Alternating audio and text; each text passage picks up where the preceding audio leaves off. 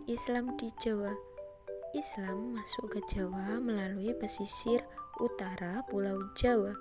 Bukti sejarah tentang awal mula kedatangan Islam di Jawa antara lain ialah diketemukannya makam Fatimah binti Maimun bin Hibatullah yang wafat pada tahun 475 Hijriah atau 1082 Masehi di Desa Leran, Kecamatan Mayar, Gresik. Dilihat dari namanya, diperkirakan Fatimah ialah keturunan Hibatullah, salah satu dinasti di Persia. Selain itu, di Gresik juga diketemukan makam Maulana Malik Ibrahim dari Kasyan yang meninggal pada tahun 822 Hijriah atau 1419 Masehi. Kerajaan Demak. Demak berdiri pada tahun 1500 Masehi. Sementara Majapahit hancur beberapa waktu sebelumnya. Menurut sumber sejarah lokal di Jawa, keruntuhan Majapahit terjadi sekitar tahun 1478. Hal ini ditandai dengan Candra Sengkolo, sirna hilang kertaning bumi, yang berarti memiliki angka tahun 1400 Saka.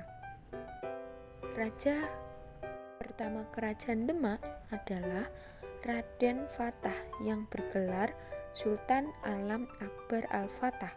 Di bawah kekuasaan beliau, Kerajaan Demak menjadi daerah berkembang pesat karena pertanian dan maritim. Kerajaan Mataram. Setelah Kerajaan Demak di bawah pemerintahan Sultan Hadiwijaya, kekuasaannya berkembang baik karena berhasil mengalahkan Arya Penangsang yang berusaha merebut kekuasaan yang dibantu oleh Ki Ageng Pemanahan atau Ki Gede Pemanahan, lalu diangkat sebagai bupati di Mataram.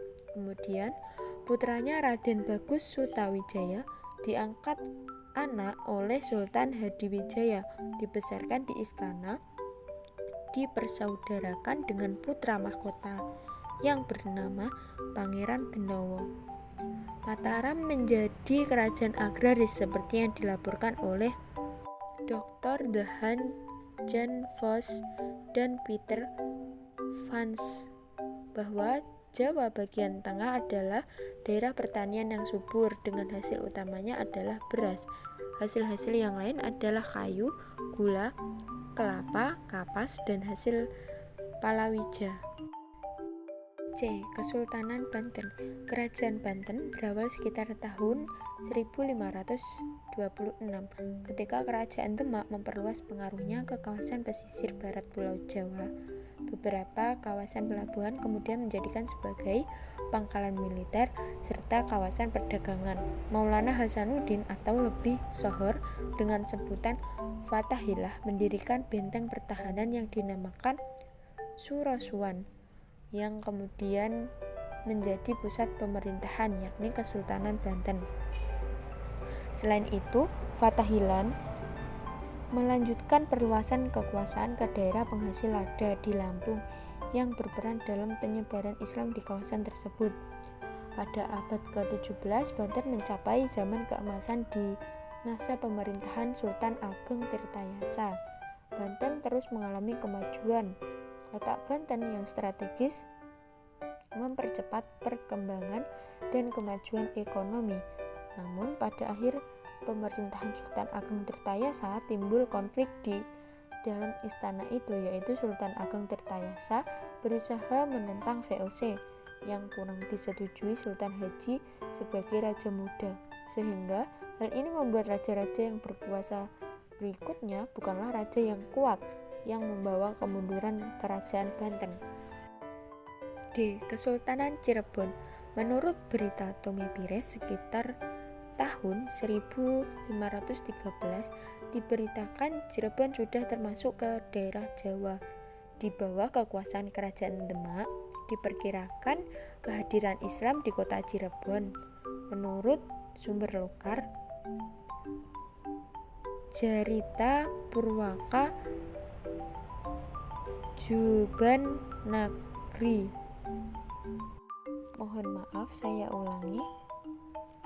Jarita Purwaka Juban Nagari, karya Pangeran Arya Cirebon pada 1720 Masehi.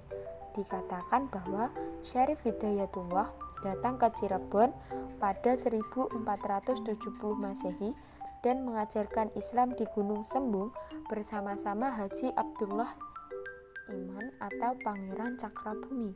Pada masa pemerintahan Sunan Gunung Jati, Islam makin diintensifkan dengan pendirian Masjid Agung Ciptarasa di sisi barat alun-alun Keraton Pakungwati. Islam diluaskan ke berbagai daerah antara lain Kuningan, Telaga, Galuh sekitar 1528 sampai 1530 dan ke Banten sekitar 1525 sampai 1526 bersama putranya Maulana Hasanuddin.